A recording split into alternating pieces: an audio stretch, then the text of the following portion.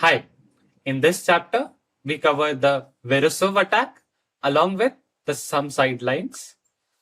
Without getting too theoretical about it, I think Veresov is not such a challenging idea. In my opinion, there are hundreds of ways to equalize comfortably, but it's still something which you need to check.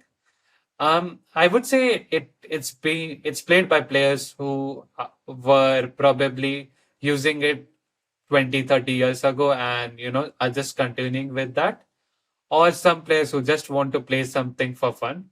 I really don't think many serious players play it nowadays. That being said, okay, there are some players who using it continuously in the shorter time controls, so it makes sense to just have a brief look at it. I don't want to sound so negative about this variation, but I just think it's not one of the challenging tries and something which white players shouldn't try a lot in classical OTB games. Alright, so the line comes out with d4, d5, knight c3, knight f6, and bishop g5. This is the main try for white, but of course there is some sidelines, and the most exciting one of them all for white is e4. This was popular at some point, and still some players play it, but I think it's just very superficial. We can simply grab a pawn, and I don't think white has enough compensation here. So the main move here is f3, but let's just check out bishop g5, where white wants to play bishop into f6 and win the pawn. We are very happy to do that and play c6 with the idea of playing bishop f5 or bishop g4 on the next move. We might even play queen b6 and we open up that diagonal for a queen and look to put pressure on the pawn on b2. If white takes the pawn, we happily give away our pawn on e4 because we win the bishop pair and open up the diagonal for a bishop. And if white plays knight e4, we can start attacking white's weaknesses with queen b6. Black is already better here.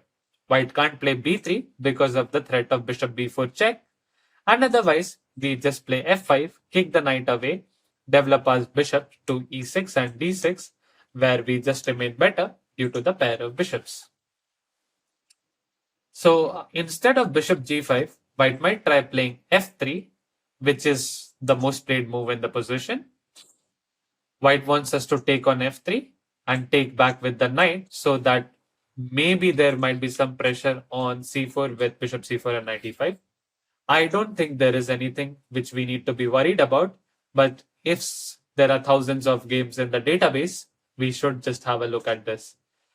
Now, bishop g4 here is a bit premature, and that is what white players wants us to do.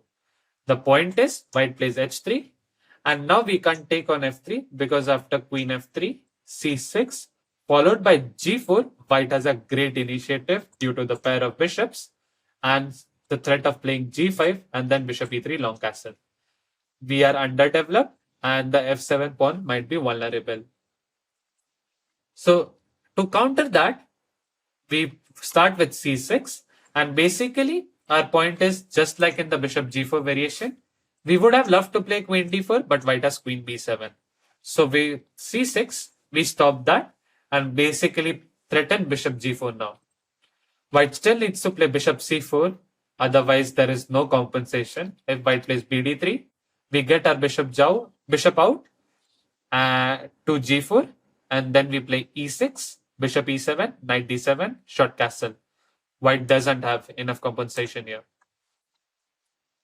And if white plays bishop c4, now instead of bishop g4, we actually play the very smart bishop f5 with the idea of e6 and then getting the bishop out and castling.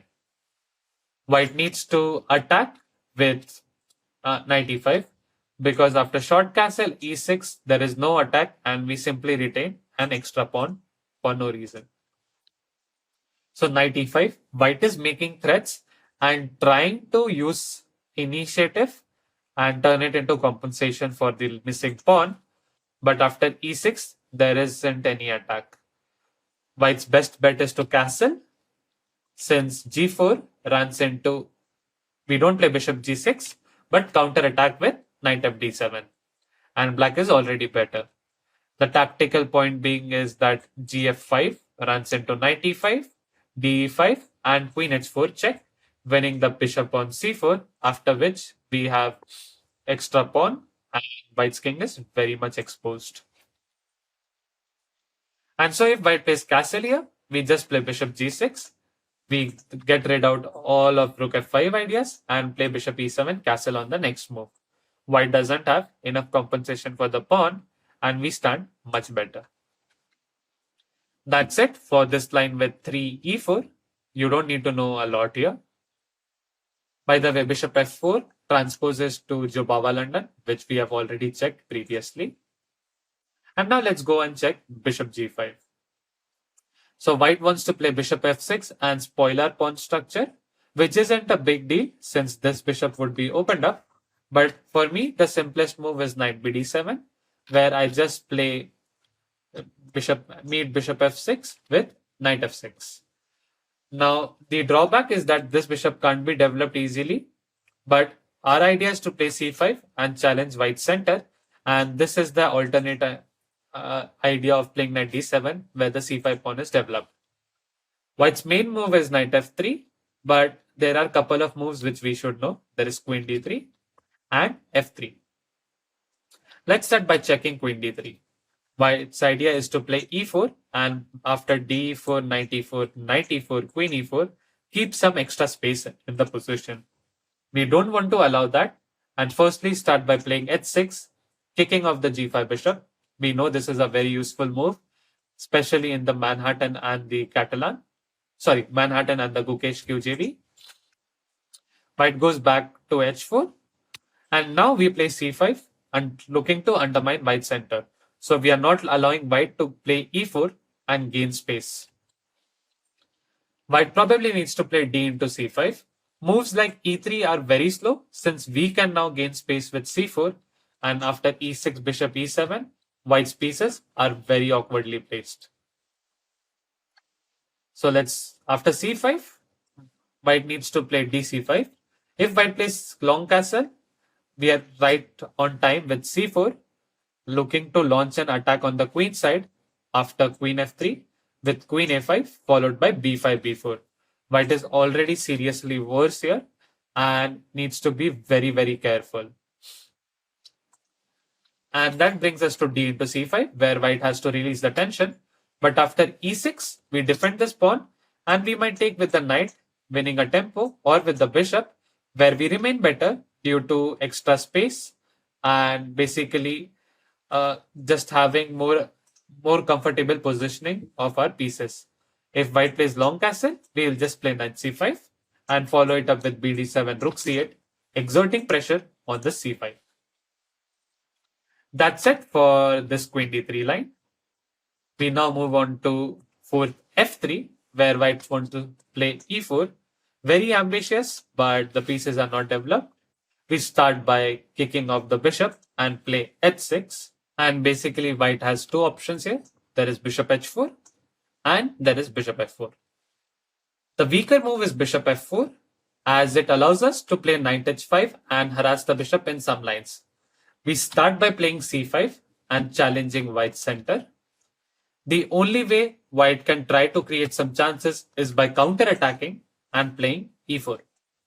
However, this allows us to play knight h5 where this bishop is in grave trouble and there is a lot of central tension.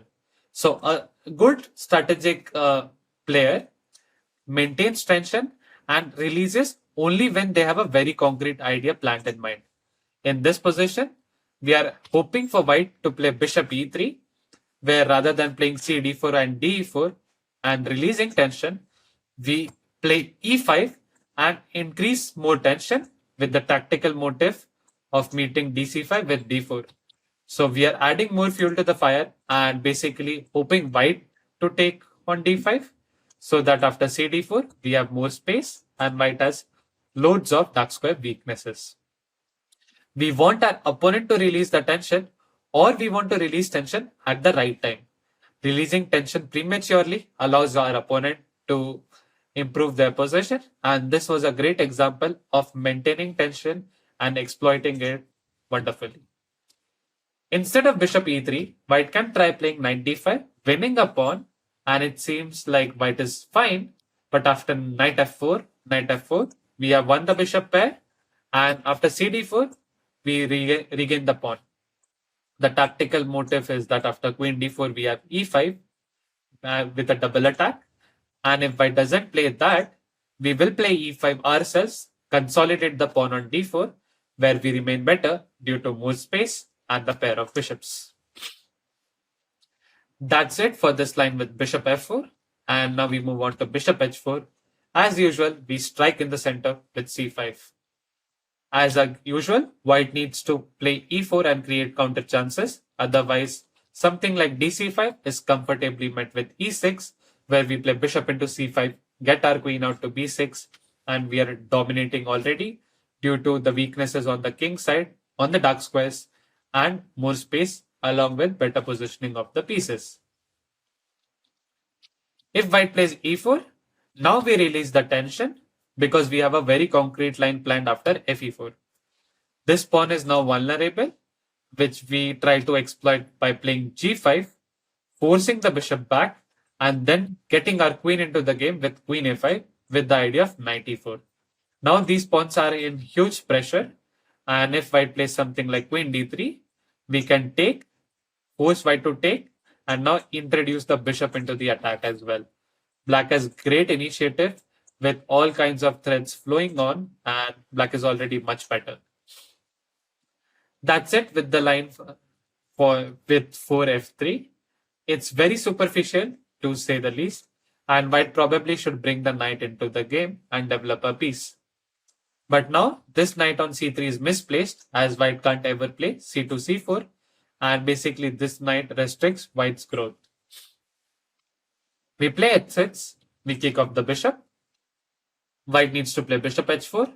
After bishop f4, e6, we have a Jobava London with h7, h6 included. Clearly a very good inclusion for us.